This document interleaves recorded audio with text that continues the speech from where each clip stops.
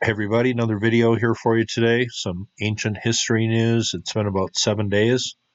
Why don't we start it off in ancient America? We're going down to Chaco Canyon here in New Mexico. I haven't done a video on this for a long time. Here is the Chaco Culture National Historic Park right down here. There are a lot of ruins in the area. As we back out here, it all starts right up in this area with a place called Yellow House right down here. There's a look from overhead. And as we back out, well, let's just take a look at that one here. Two large circles and then a smaller one off alignment. Does that mean anything to anybody? Let's just back out here.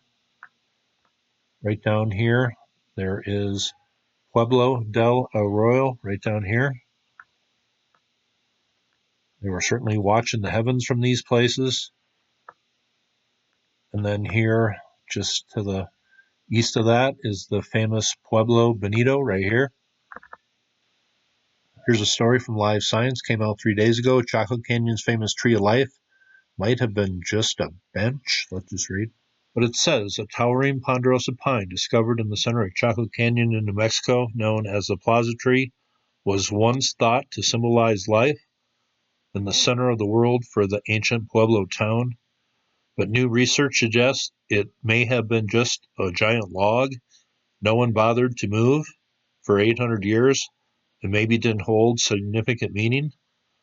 But then again, it could have had very significant meaning. It said it was moved from 50 miles away. Why would they have done this? Here's Pueblo Bonito at Chaco. The stonework here, a lot of it's still in pretty good shape for being around for over 1,000 years. But the tree that was found here, this great big log, was dated to the end of the occupation here, dated between 850 and about 1150, the main occupation here. Here's a slice of the tree ring from the big log, and I guess what they did is study an element called strontium in here, and that's how they could determine where it came from. It says the plaza tree didn't grow at Chaco Canyon, but more than 50 miles or 80 kilometers away. They also found no evidence that the tree had religious role. There are other sites in the canyon here. There's one right across here. It's kind of up on a point. Then you see a look at the canyon here. But there are other sites here nearby. This is one we talked about today. They say there was no real religious role or purpose for that large log being hauled from 50 miles away. Well, why did they haul it here? Now, there isn't a lot of archaeological work going on these days, obviously. So some of these news articles are going to be quick stories and some of them are going to be a little more detailed. But we are going down to Regensburg, a Bavarian city in Germany here. This is the Danube River right down here, but a discovery in this city that goes back many thousands of years. Let's just read. Back to the Ice Age. I will leave all these links below. It says German archaeologists unearthed massive Mammoth Tusk. Archaeologists in Bavaria have been out to find remains from a medieval settlement when they stumbled across a much older and very rare find. A complete stroke of luck, one expert said, of the mammoth discovery, and there is a complete mammoth tusk, and that is a pretty rare find, but they found this just lately here. In this town, they were looking for a 15th century village, and they did unearth some evidence of that, an oven, a fountain, and some pottery shards. But then they also stumbled across this mammoth bone, and it was immersed in water, and that's what helped preserve it.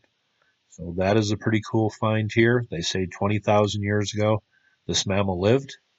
Modern cities today, there were prehistoric animals once roamed, but that is a mammoth tusk. Let's move on here. Next story, let's go to El Manchon in Mexico here. This is a pretty new story coming from right down here.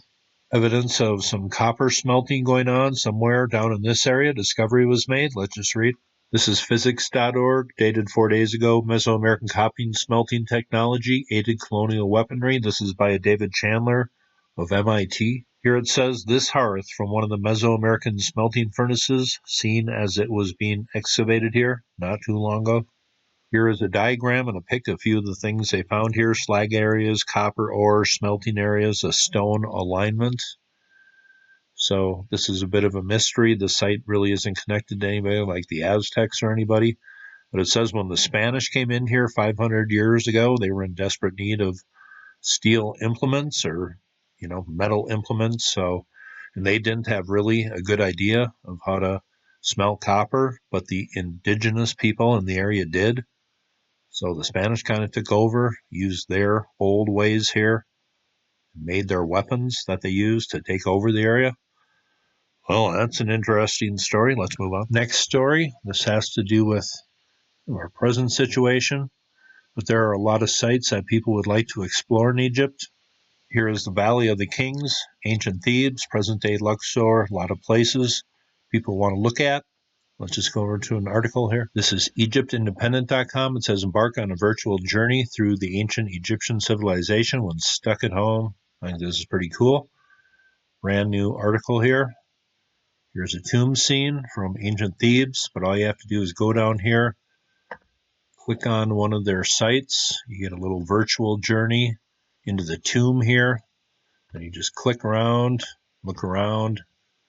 I think this is pretty cool. A lot of stuff here. This is the tomb of Mena from the Theban necropolis here. That's pretty cool. And you just go look around, sitting on your couch. I thought people might enjoy that. They said they would leave links here on their Facebook page. Let's move on. Now, the next story comes from many different sites, and I like throwing in history that goes way, way back in time. In these videos, it says Neanderthals were pioneers in marine resource exploitation, says a new study. This is physics.org, and they have a video attached here on their website, one of these Neanderthal sites coming from about 100,000 years ago. Here are some of the things that were found here. But it says 50% of the diet of the inhabitants of Figueria Brava consisted of coastal resources, which included fish, crustaceans, shark, eels, mullet, dolphins, seals, and other things here coming from 80, 100,000 years ago. It says the study also provides other results suggesting the bias inherent in the concept of Neanderthals as cold and tundras people, expert on hunting mammoths, rhinos, buffalo, and reindeer. Most Neanderthals would have lived in the southern regions, especially in Italy and in the Iberian Peninsula. So here is a look at some mussel shells that were left here and some layering that they use in their studies. It says 50% of their food supply came from coastal resources. So this article is just redefining what we know about Neanderthal people. And this study ranged from 45,000 to over 100,000 years ago. That is some ancient history news. Not the easiest to find these days, but I thought I would make this video. Hope you thought that was cool, and you all have a very safe day.